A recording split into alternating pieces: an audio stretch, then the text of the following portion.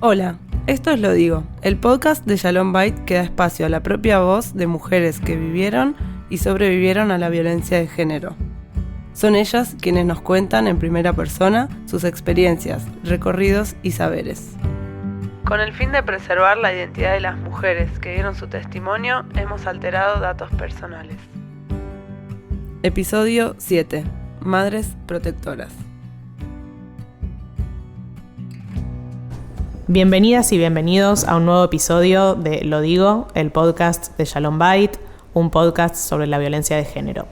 Les habla Tamara, trabajadora social, soy parte del equipo de Shalom Bait y me acompaña Esther. Hola, ¿qué tal? Soy Esther, psicóloga de Shalom Bait. Bueno, y en este episodio vamos a hablar sobre madres protectoras.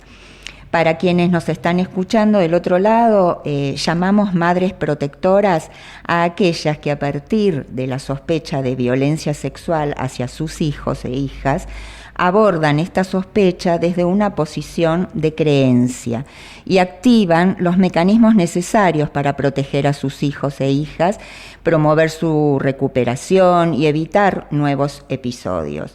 Es importante también mencionar que muchas veces se tratan de situaciones donde hay coocurrencia de violencia de género hacia ellas, hacia las madres, y violencia sexual contra sus hijos por parte del agresor.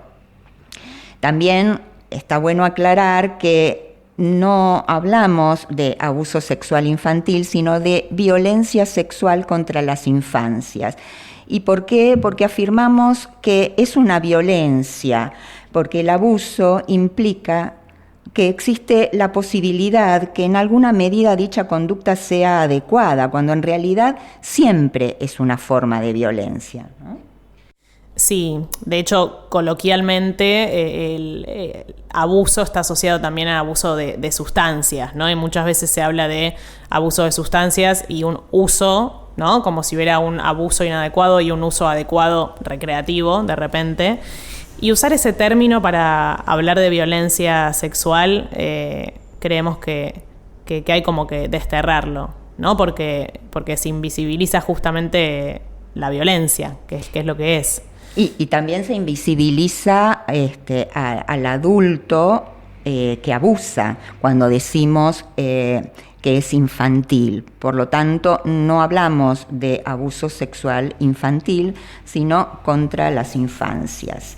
Sí, no es infantil la violencia, es adulta y es contra las infancias, ¿no? Uh-huh. Y bueno, desde ese posicionamiento nos paramos, valga la redundancia. Bueno, y dicho esto, vamos a presentar a las mujeres que hoy nos acompañan.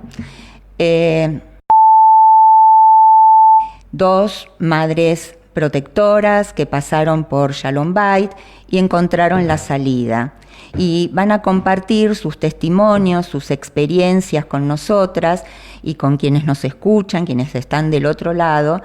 Y creemos que va a ser interesante y que va a aportar mucho a otras personas que puedan estar pasando por algo parecido. Bueno, hola chicas. Hola, ¿qué tal? ¿Cómo están? Gracias. Bueno, les agradecemos mucho por estar acá y por compartir sus vivencias, sus experiencias, sus visiones a nosotras y a quienes escuchan. Y bueno, empezamos con las preguntas. En principio les preguntamos qué edades tenían sus hijes cuando ocurrieron las situaciones de violencia sexual. Bueno, yo me enteré, no identifiqué bien la situación de violencia cuando el nene estaba por cumplir 4 años. No la identifiqué bien. Me enteré después de eso y bueno, y después hablando con la psicóloga y ya iniciada la terapia, ella llegó a la conclusión de que los abusos se podrían haber estado dando desde mucho antes y bueno, y se hacía difícil determinar desde cuándo, ¿no? por todas las conductas que tenía el nene, por cómo venía repitiendo las cosas, como tenían tan aferrados los síntomas, el juego, todo eso que se veía en terapia. Y bueno, y en casa, después de una vez que empezó a contar, después no paraba de contar. En mi caso me enteré a los 2-3 meses de que mi hija cumplió 3 años. Me lo dijo de una forma no tan obvia, pero sí. Y ahí empecé bueno, me llamó mucho la atención y empecé a prestar atención en situaciones que habían pasado.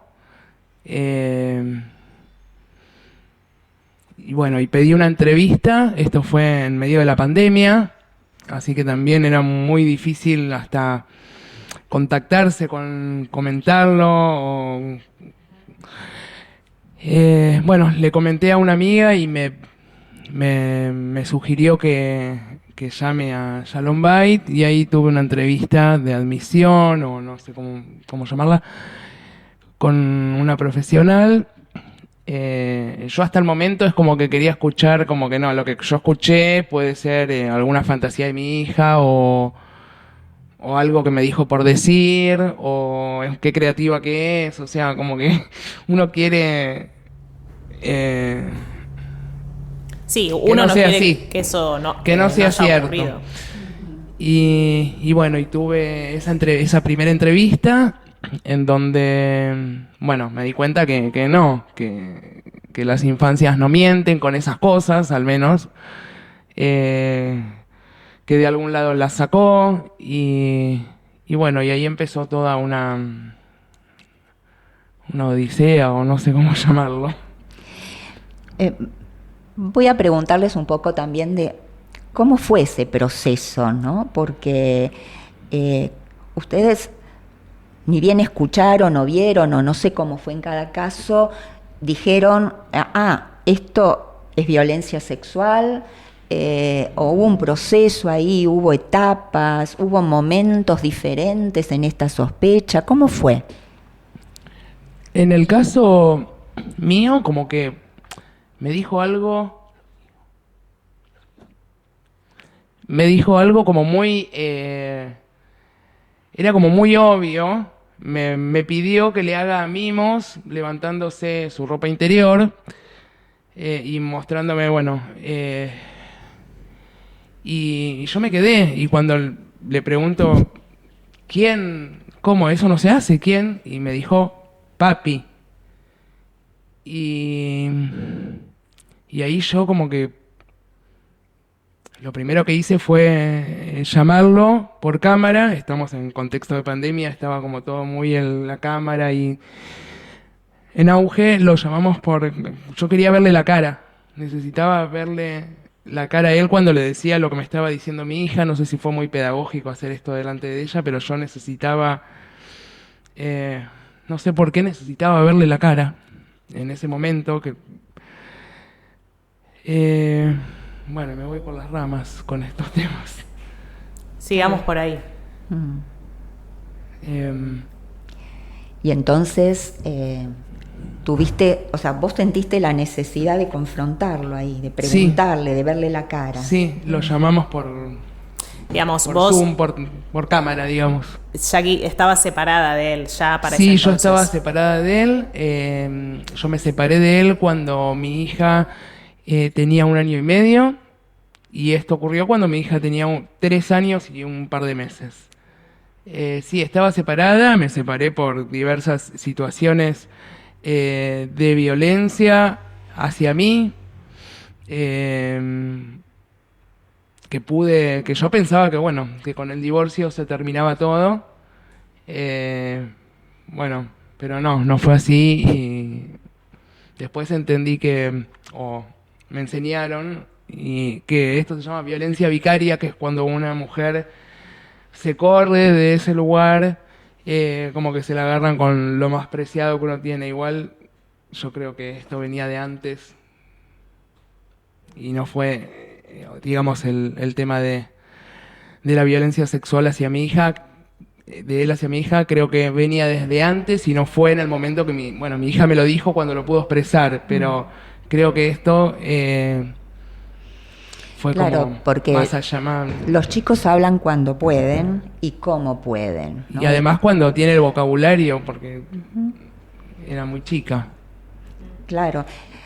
Y en esto de las etapas, ¿no? Porque es esto que vos contás fue, bueno, como muy explícito y fue lo primero que vos de repente empezaste a ver, o con eso bien en concreto de repente empezaste a reconstruir otras cosas, a resignificar algunas otras situaciones. En realidad fue con respecto a la nena, ¿no? Porque ya comenté que la violencia hacia mí ya era desde antes.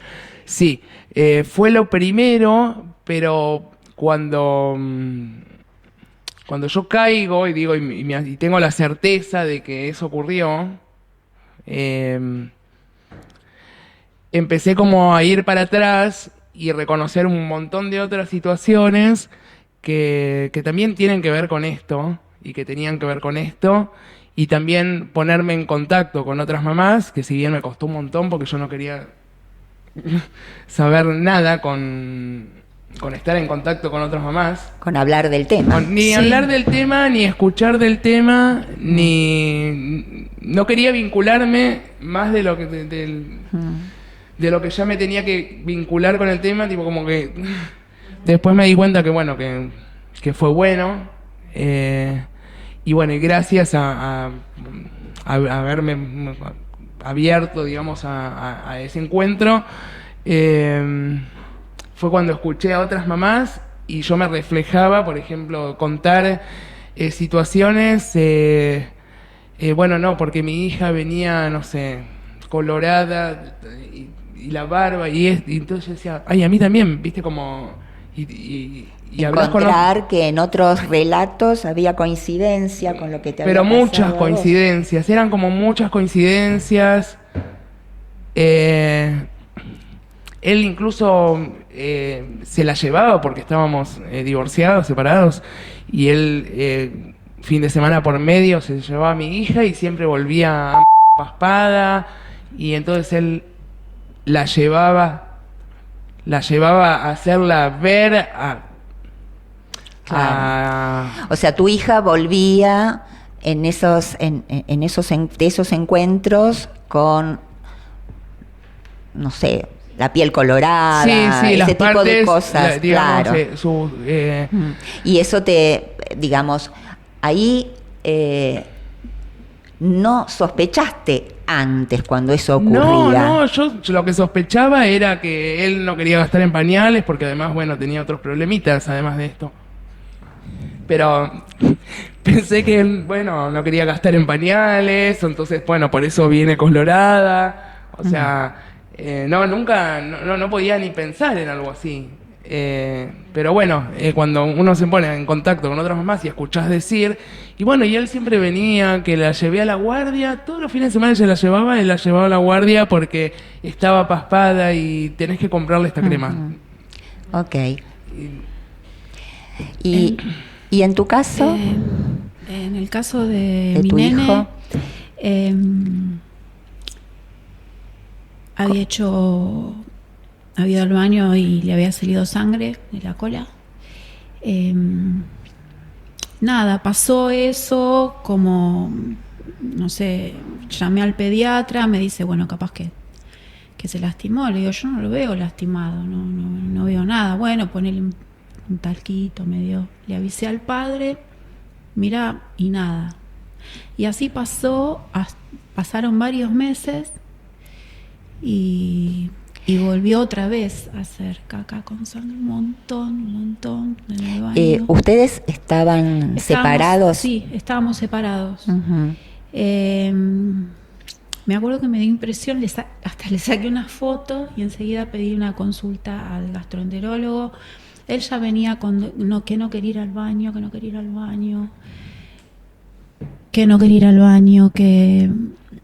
que porque tenía miedo de que le doliera. Bueno, yo pensaba que era porque capaz que estaba seco de cuerpo, bueno.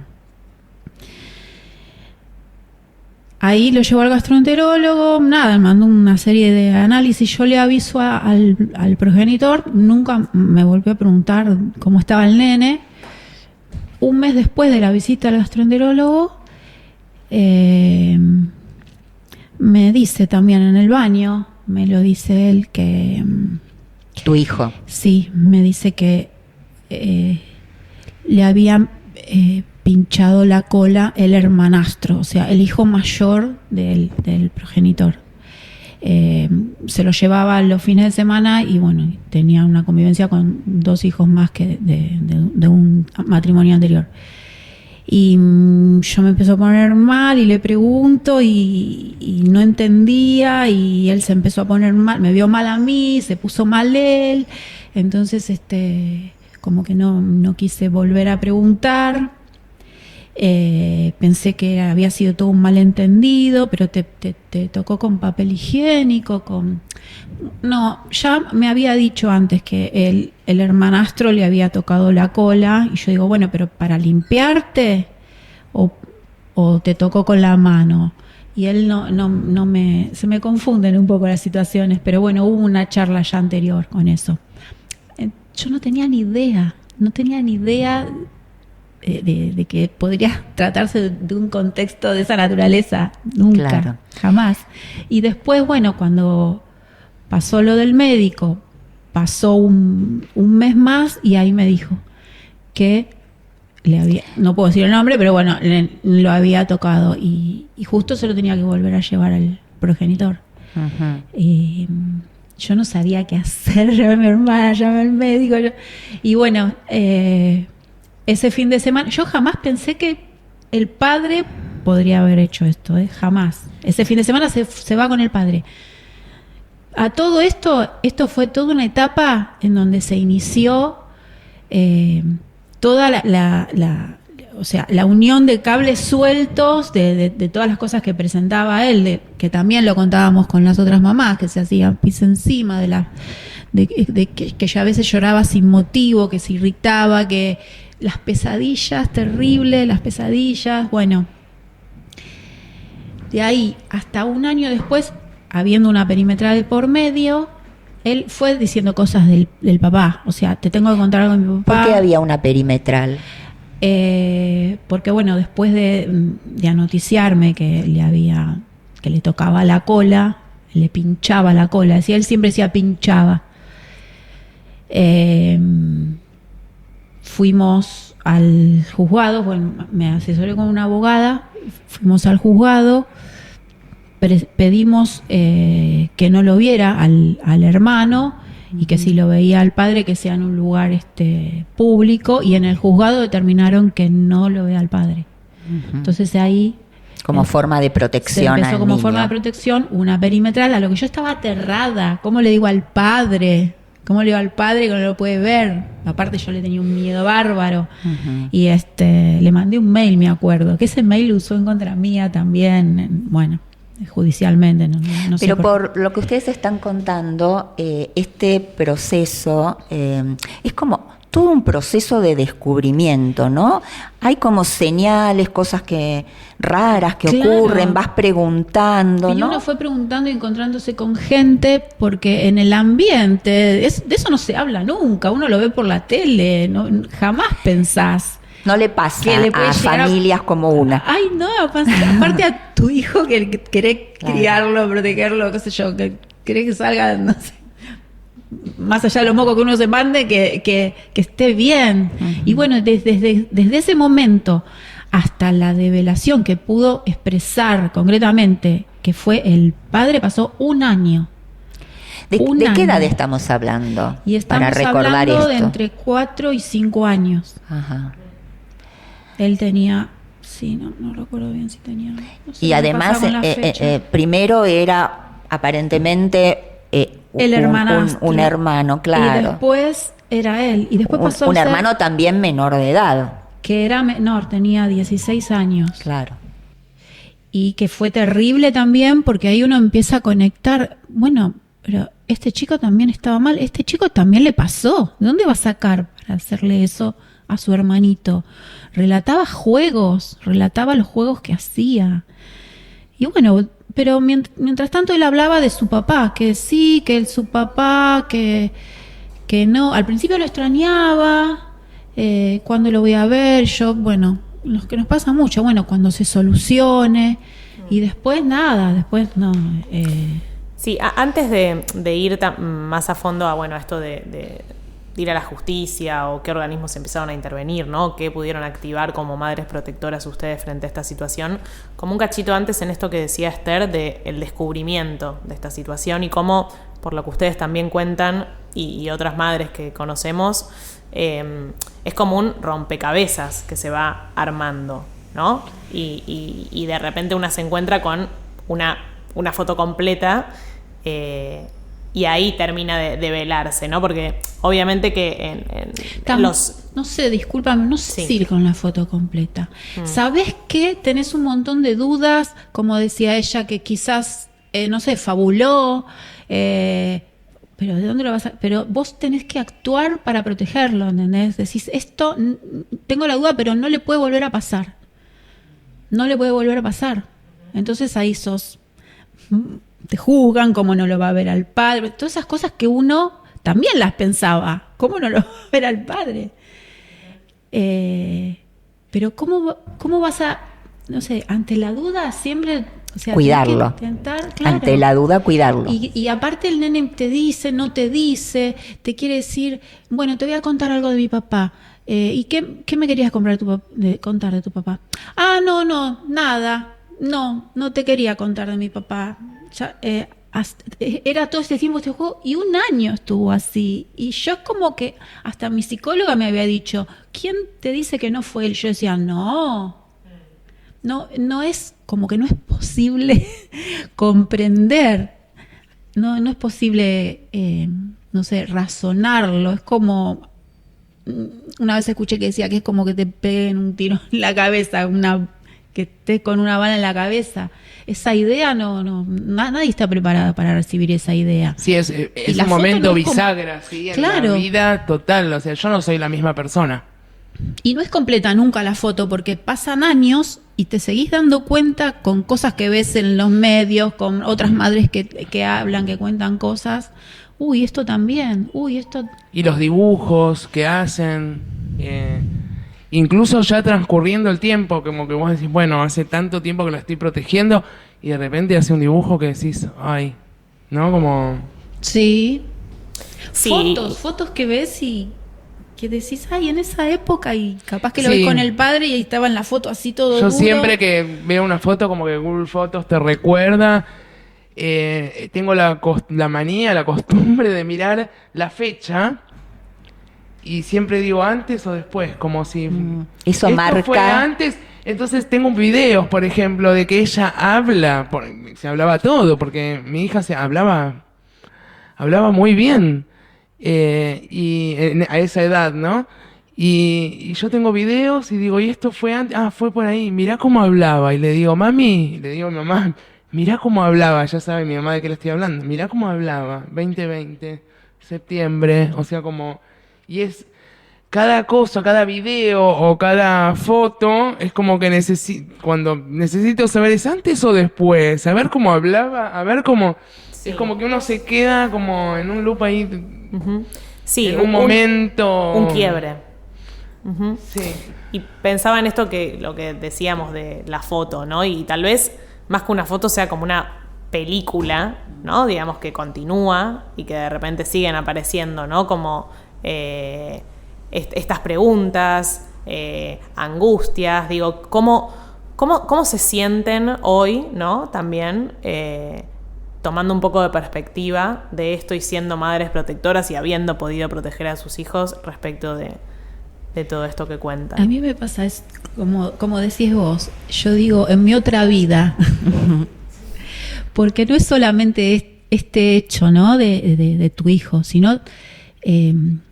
de la violencia que se fue metiendo en tu vida y en la vida en tu hogar o con tus hijos, y que no la percibiste, quizás porque fuiste educada, no sé, para ser una buena niña, bueno, sea por lo que sea, que vos traías una forma de vida que quizás no sé, no lograbas ver eso y se te rompió todo.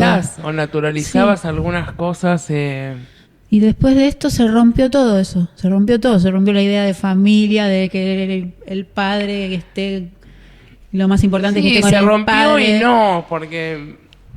Pero una se rompió. Sí, seguro, pero con el no sé, yo ahora como que con el paso del tiempo y viendo a mi hija que está bien, sí, y todo lo que uno hizo y esto, y digo, menos mal que se rompió, ¿no? Sí.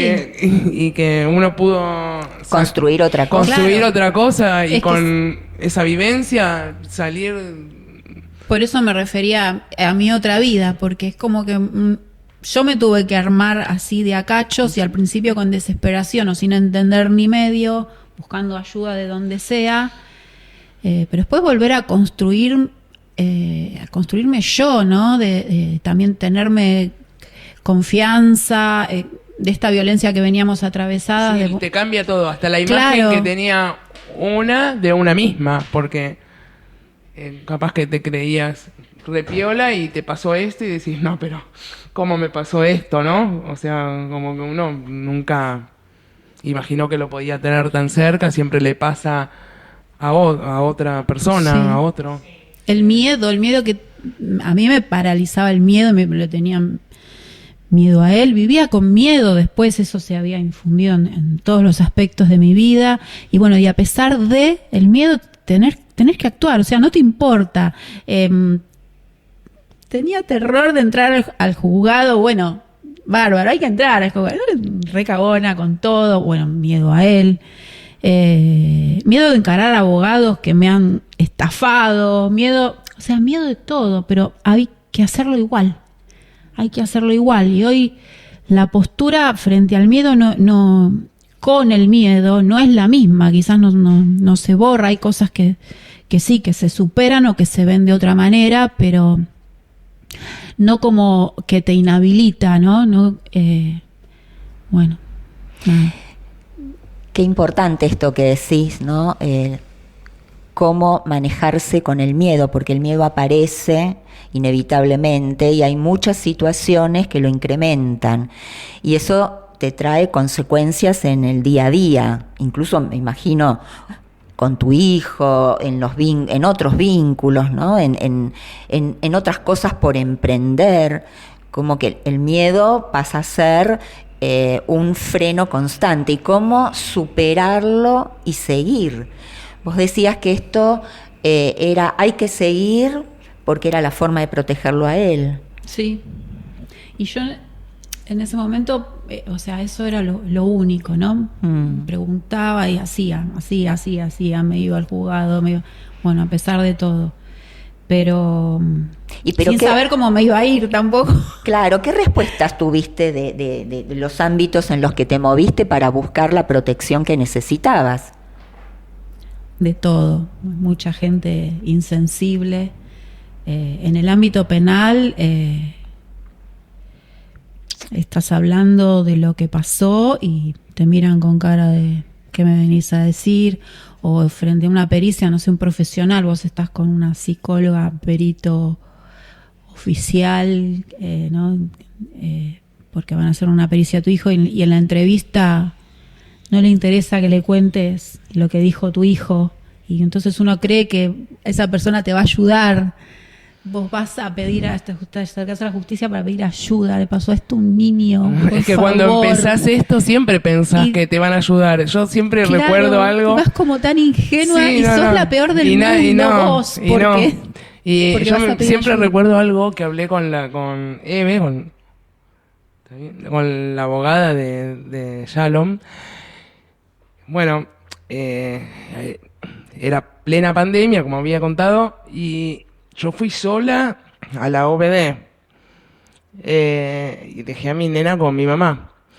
Y cuando estoy por entrar me llama la abogada y me dice, ¿cómo estás? Le digo, estoy re nerviosa. Bueno, está tranquila que te van a creer. Bueno, corto, digo, y está tranquilo, ¿por qué no me van a creer? Claro. Pensaba yo. Nunca me hubiera imaginado eso. Claro, me dijo, me llama para decirme, está tranquila que te van a creer. Yo ¿viste? ¿Cómo? ¿Por qué no me van a creer? ¿Cómo voy a venir a mentir con algo así? Uno piensa como, yo no podía creer que me diga eso. Claro, bueno, después cuando entras en todo este sistema, me refiero a lo judicial y todo lo que tiene que ver con eso, decís, claro, después te explicás por qué te dicen, te van a creer, Claro, digamos, que te enterás de lo contrario, que lo raro es que te crean o que sea un camino fácil o de buen acompañamiento. Pero para mí era una obviedad que me iban a creer, porque yo no me entraba en la cabeza ¿y qué estoy yendo ahí a contar una historia? Claro. Lo que sí sucedió, por ejemplo, llegó un momento en que mi hijo lo contaba todo el tiempo y en todos lados. Y a él, en todos lados, se lo contó en el jardín, lo contó al médico, se lo contó a sus amigos, mi hermana, y le creen a él. Porque vos, aparte, una claridad, nada, para expresarse, él siempre se manifestó verbalmente muy bien. Pero cuando tenés que ir a la justicia, no sé, bueno, a mí en el ámbito de familia, justicia civil, sí tocaron buenos profesionales. Sí, algunos que otros comentarios horribles, de asistentes sociales, pero bueno. Pero después desde lo penal es la tragedia. Igual. Es peor, vas a buscar ayuda y no sabes qué es peor, no sabes. Mucho maltrato, sí. Chicas, y por fuera de lo judicial, ¿hubieron otros profesionales o instituciones por fuera de ese sistema que las hayan orientado o acompañado en ese proceso? ¿Quiénes y de qué manera? Digo, sabemos que en estos recorridos aparecen un montón de instituciones, ¿no? Desde hospitales, psicólogos, psicólogas de ustedes, de sus hijes, las escuelas. ¿Qué experiencias tienen en esos lugares? Bueno, primeramente, yo apenas me enteré, hablé con Shalom Bait, así que desde el vamos estuve bien acompañada. Y después, es muy difícil, ¿no? En diferentes ámbitos. Por ejemplo, mi hija lo contó en el club y no se eleva ningún protocolo, no quieren meterse. O sea, tampoco es un tema muy fácil de tolerar en algunos ámbitos, ¿no? No, claro, no. Nadie lo quiere escuchar. Nadie lo quiere escuchar. Claro, que lo digan Sí. es una cosa. Pues como parece, digamos, interesante esto. Nadie lo quiere escuchar y estamos pretendiendo que los chicos hablen. Qué difícil para los chicos hablar. Contaba que su hijo lo contaba por todos lados. A mí me pasó también en el club que se lo haya contado a un amigo y que la mamá y el papá de ese amigo me hayan acusado a mí de que yo le conté al nene porque el nene... Bueno, se generan situaciones también que además que con lo que una carga... otra carga más. Es una tarea más digo... Qué difícil, ¿no? Qué difícil, porque me pongo quizá en ese otro lugar y yo capaz que hubiese reaccionado, bueno, mirá, me enteré tal cosa, te puedo ayudar en algo, no sé, o no, pero... una se encuentra con respuestas inesperadas. Inesperadas, ¿no? Totalmente. ¿Y en los ámbitos escolares? Ni siquiera, ni respuesta, ni no respuesta. Pero acompañamiento, no. En mi caso no, fue nefasto. La primer maestra directamente me dijo que no lo podía poner en el informe y después cuando la llamaron a declarar, negó todo, que el nene nunca había manifestado nada. Sí, les da miedo meterse. Una maestra, sí, la maestra del siguiente año hizo la denuncia, esa maestra sí. La directora de ese entonces muy mal se portó conmigo, no me negaban la denuncia, me mentían que bueno, ya pasó. Yo prefiero contar a la gente que sí. Ok. Porque sí, uno Sí. es esto, vos busca ayuda y uno nunca pensás que para un niño te van a decir no, o dejar, o mirar para otro lado, no querer escuchar. Uno nunca lo va a pensar. Bueno, es importante para quienes nos escuchan Claro. que sepan que Sí. hay respuestas malas, Sí. pero también hay buenas respuestas. Sí, sí, y sí. dentro de la familia también es importante. Sí, dentro de la familia. Para quienes nos escuchan, que hay también respuestas malas y respuestas buenas y familia que no quiere escuchar. Mm. Sí, sí, sí. Y tal también cual. es muy duro eso. O sea, Sí. y bueno, y otra que también te acompaña. Por eso es como, está bueno fortalecerse también. Bueno, acá en Shalom Bay yo me sentí súper acompañada, yo no entendía nada y lo principal es que te acompañen al principio porque estás como bola sin manija y bueno, y estar con estas personas que sí te pueden guiar o que te escuchan o que te entienden o que no te entienden pero te acompañan, y eso estuvo bueno. y después, bueno, defensorías, capaz que no sé, te citan de una defensoría y vos pensás, bueno, acá sí me van a escuchar. Ahora sí. Y resulta que no, que... O sea, no sé, que pasan un informe que dice que va a tal escuela. Según la madre dice que está bien de salud. Según la madre dice que hace gimnasia. O sea, y nada. O sea, no, nadie se la juega y es todo así Sí. como... O negarse directamente a poner lo que el nene dijo en las actas. Todo muy por encima, en las actas, por ejemplo, del colegio.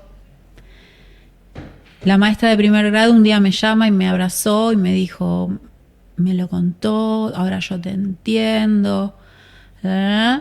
Cuando le avisaron que la llamaban a declarar, me dice, vos estás equivocada. A mí tu hijo nunca me dijo nada.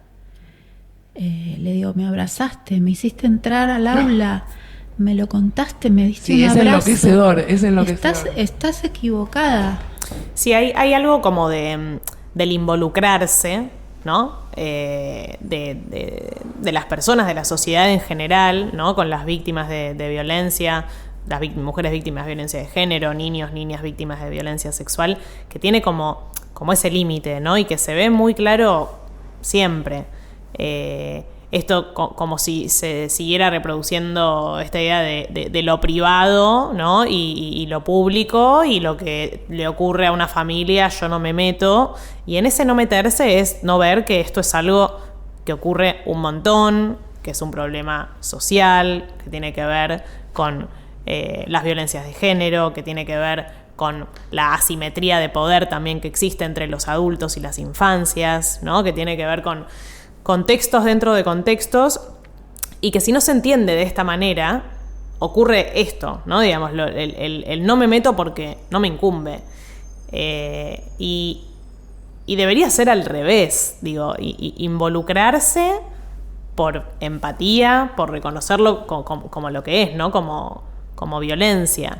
Y también ese es parte del mensaje, ¿no? Que queremos transmitir con el testimonio de ustedes. Sí, también ha pasado, yo a muy poca gente de mi entorno, pero a aquellas con las que me sentí con confianza y que sabía que me iban a apoyar, de enterarme de personas que fueron abusadas de mi entorno al escucharme a mí. que te pudieron contar en ese momento Sí. después de escucharte a vos. Sí. Claro, a mí también me pasó. Eso Como que develan. el eco, claro, que tiene, y de decirme, de abrazarme, decirme, va a estar bien, tu hijo va a estar bien porque estás haciendo todo y va a estar bien. Nunca se lo va a poder sacar de encima eso. O sea, yo por lo menos no me lo puedo Sí, sacar. también hay algo que es real, Pero va a estar bien, me decían. que no es lo mismo que un niño o una niña le cuente algo a su mamá y que esa mamá no lo escuche o no la escuche, a ser escuchado y a ser defendido, Sí. cuidado, o sea. Sí. Sí, hay gente, bueno, dos de las personas que me dijeron, esas dos personas no pudieron contarlo nunca. nunca pudieron hacer nada. Y en la experiencia de ustedes, que las dos están han judicializado la situación para buscar la protección de los hijos o hijas, ¿han tenido que enfrentarse a pedidos de vinculación padre-hijo? ¿Han llegado en una instancia así, estando en el proceso penal aún abierto? En mi caso, cuando todavía no había sido denunciado el progenitor, él pidió visitas, régimen de comunicación, perdón.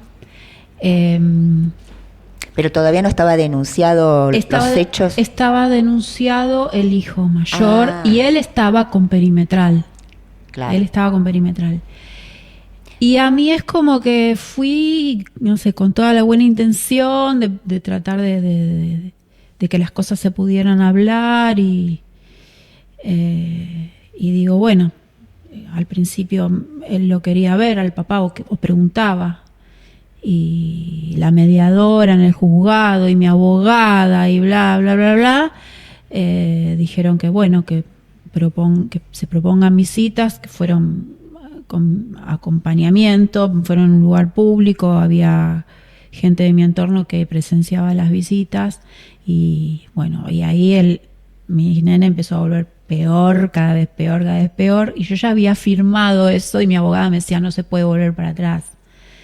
Y nada, yo estaba desesperada, no sé cómo caí en el juzgado y hablé con la psicóloga, me habían llamado para una entrevista y me dijeron que a él le habían hecho entrevistas y que recomendaban que no se vincule con el nene. O sea que en tu caso hubo una respuesta considerando al niño, considerando lo que veían o decían. Eso, la mediadora desconocía eso, mi abogada desconocía eso y yo me entero de eso y yo había firmado un régimen de comunicación. Esto tiene que ver con una no comunicación entre fuero penal y civil, evidentemente. Sí, fue todo en el civil. Y bueno, y ahí mismo, antes de presentarnos a la siguiente audiencia, no sé, como fui iluminada, hablé, dije todo en la audiencia y yo propuse que no, que venía mal el nene, venía mal, todo contra todo, ¿no? Me decían que si yo había firmado eso se iba a dar así y se revirtieron el régimen de comunicación y volvieron las perimetrales hacia el progenitor y de ahí, bueno, fue el tema renovarla cada 30 días, cada 60 días, hasta que en la pandemia, como había como una renovación automática, se dictaminó que hasta que hubiera una sentencia quedaba en efecto la perimetral. Y todavía la sentencia en el fuero penal no está ejecutada. Hace 7 años que venimos con este proceso, 7 años. Es un montón de la vida de ustedes. En mi caso, el penal se terminó en 6 meses. Uh-huh. Yo ni me enteré, o sea, yo no me enteré ni qué pasó. Uh-huh. Y también te propusieron revinculaciones por pedido de la otra parte. Claro, como se terminó en 6 meses, porque bueno,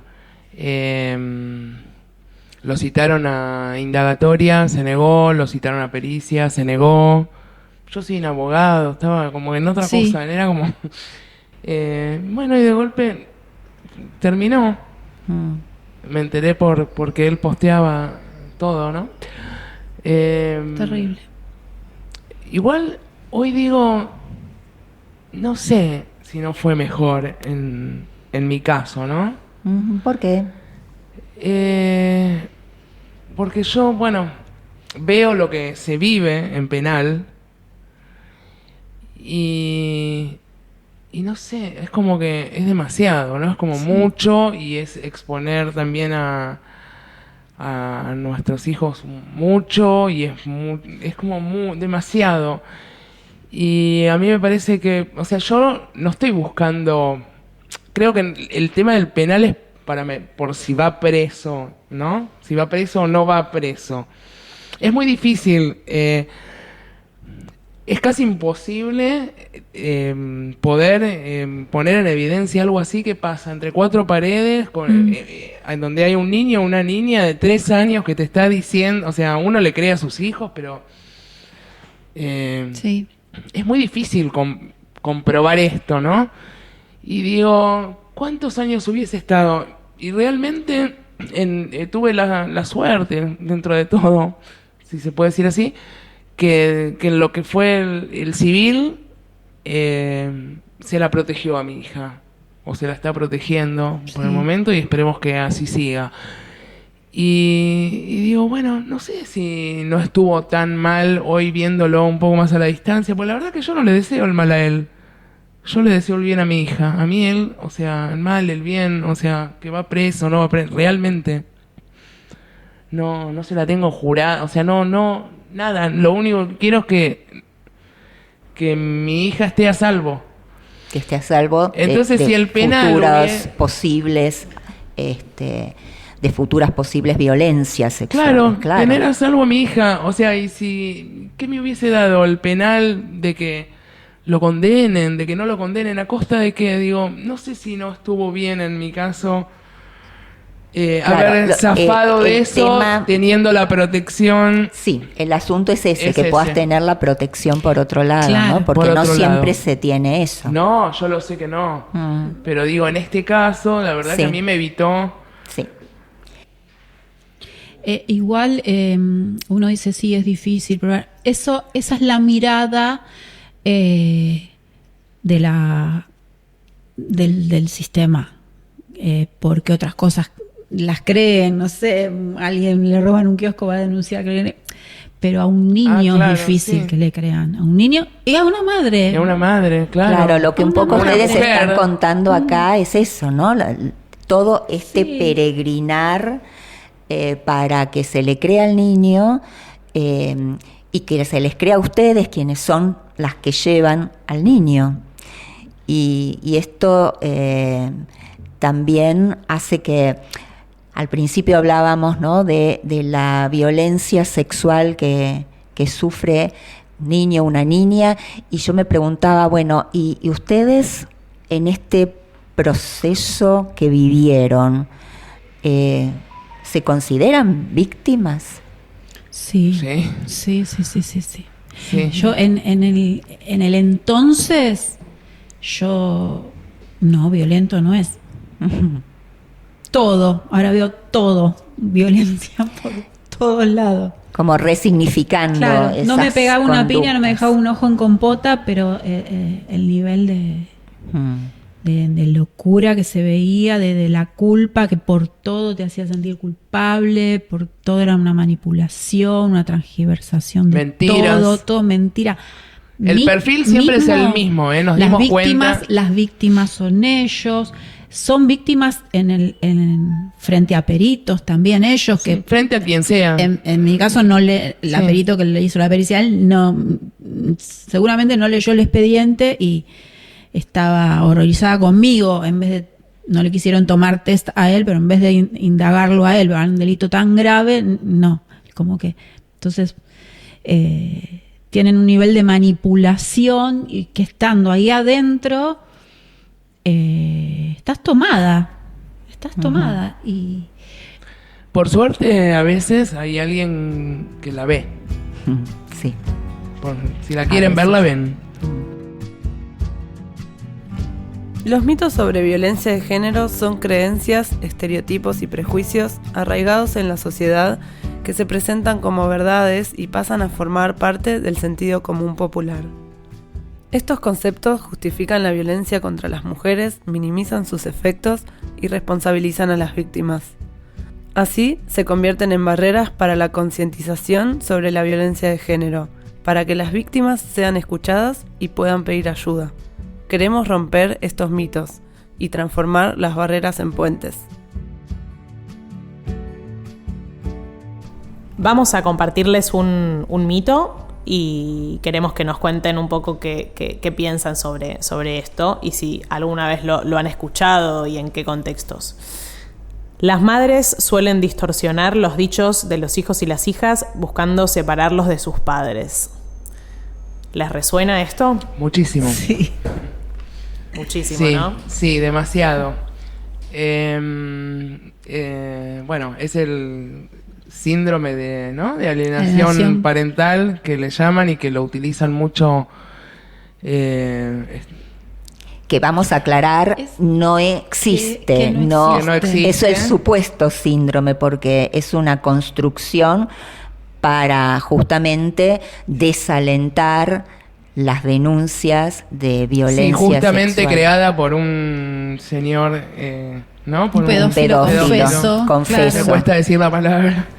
Sí, Sí, sí, es como algo inventado, usado como un argumento, ¿no? Digamos, con la palabra síndrome como para darle un poco de entidad de repente. Sí. Que habla de esto, de madres que de repente alienan a sus hijos, ¿no? Cuando en realidad lo que hacen es escucharlos, creerles y cuidarlos. cuidarlos. Y lo usan ellos, los victimarios, pero también lo usan abogados, Psicólogos. psicólogos, se habla en la facultad. Y bueno, esto no ayuda mucho a que crean.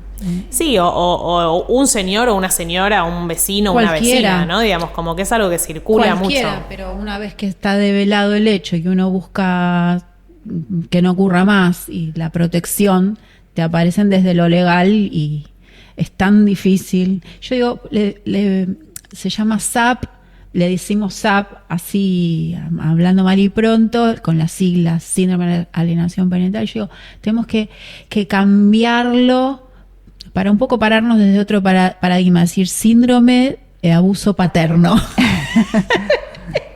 Empecemos, ¿qué Me pasa gusta. si decimos eso? ¿Van a decir es falso? No sé.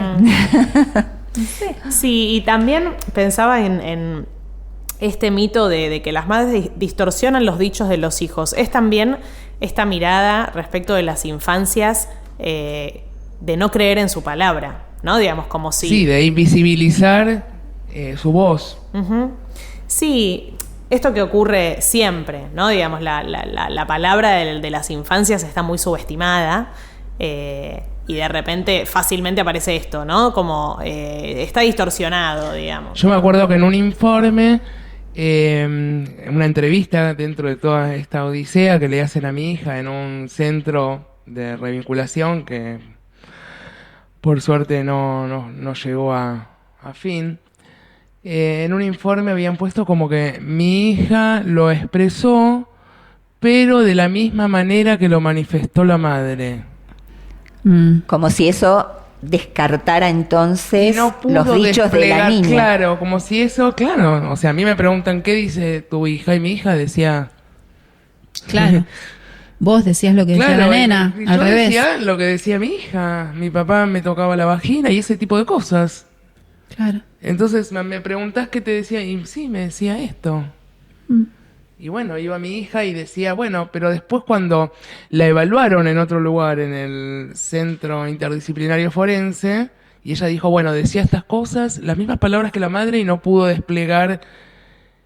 Fue solo una vez y pudo desplegar y ni siquiera dijo las mismas, o sea, digo que cuando hay voluntad de escuchar a las infancias se nota y cuando no hay voluntad, Sí. no hay voluntad, o sea, no hay... Se interpreta otra cosa. Si No. el profesional está parado ahí, o el vecino, la vecina, pero el tema cuando hay un profesional que está parado desde ahí, de que lo que dice el niño no importa, una perito dice, se lo metieron como una semillita en la cabeza al niño. Claro, la diferencia ahí es que ese profesional define muchas veces la vida de las personas, ¿no? Tal cual. sí. Pero también hay una postura, es ideológico. Es una postura, Es ¿estás del lado de ideológico. que le crees y vas a erradicar esto o no le crees y que siga, miremos para otro lado? Pero es chiquito, puede decir cosas que en realidad no son. ¿Esto es así? No, y también me han Fabuló. preguntado, pero no quiere verlo. Vos estás contando algo terrible bueno. que le hizo y pareciera que lo único que importa, un defensor del penal que se terminó, apenas me enteré que empezaba, dijo, me decía tipo, digo, pero mi hija dijo esto, pero ella no quiere verlo. O sea, como si se pudiera querer igual, ¿no? A eso se refería, como que igual podría querer como verlo. que no lo ve igual, ¿viste? Como que no importaba lo que mi hija estaba diciendo. Claro. Parece como que, sí, y sin tomar dimensión, ¿no? De lo que es esto, como la ausencia de formación, ¿no? De minimizar el daño que esto ocasiona o que una revinculación ocasiona. o lo que puede volver a pasar. Exactamente. Porque ¿quién me garantiza que no puede volver a pasar? Claro. Sí. La directora del colegio le dijo, después de que le relató, le dijo, bueno, pero los adultos se equivocan, hay que darles tiempo, le dijo. Y me lo dijo a mí como diciendo, bueno, yo le expliqué esto. Yo le digo, lo que hizo es un delito. La diferencia entre se equivoca o comete un delito.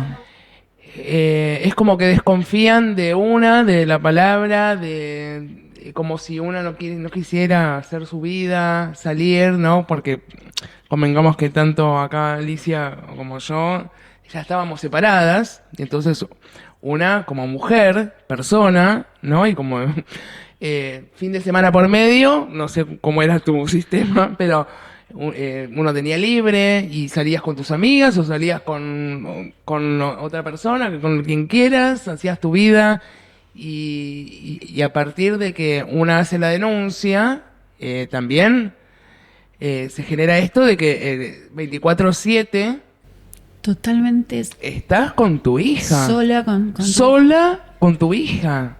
Vos la llevas a la escuela, vos la vas a buscar, vos la llevas al médico, la llevas a la psicóloga, y tenés que trabajar, porque por lo general, o sea, bueno, en lo que es mi caso, desde nunca hubo un aporte de alimentos ni nada, entonces, hacia mi hija, entonces, bueno, nada, es como que, digo, ¿cómo que no me van a creer? ¿A quién le conviene Claro. esto de hacer una denuncia? Y además ¿Quién con quiere? con la hecatombe emocional, ¿Quién psíquica. quiere? Sí, abogados, no solo tiempo, plata, o sea, ¿quién quiere vivir así? Dolor, porque tenés que consultar. Me- Yo en una época eran 4 días de la semana, eran profesionales. Y sí, del y vos grupo quisieras- de- O sea, no es nada fácil No es un esto de ir deporte. a A mí me hacer una gustaría estar denuncia. pensando, no sé, mañana es jueves, mi hija todos los jueves va a la psicóloga.